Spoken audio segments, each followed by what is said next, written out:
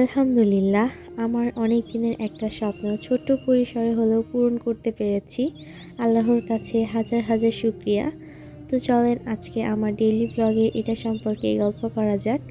So hi everyone, আসসালামু আলাইকুম। সবাই কেমন আছেন?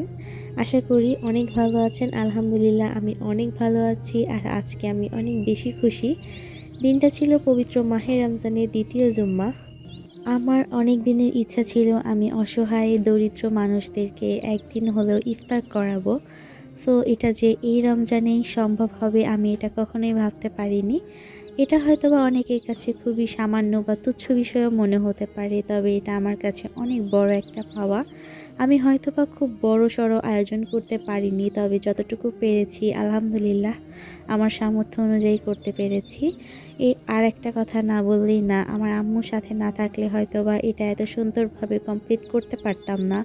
আমি যখন তাদের হাতে প্যাকেটগুলো তুলে দিচ্ছিলাম, তাদের মুখের যে একটা এক্সপ্রেশন ছিল, হাসি খুশি মুখ, এটা আমার কাছে অনেক বড় একটা পাওয়া ছিল। অনেকে আমাকে অনেক দোয়া দিয়েছে।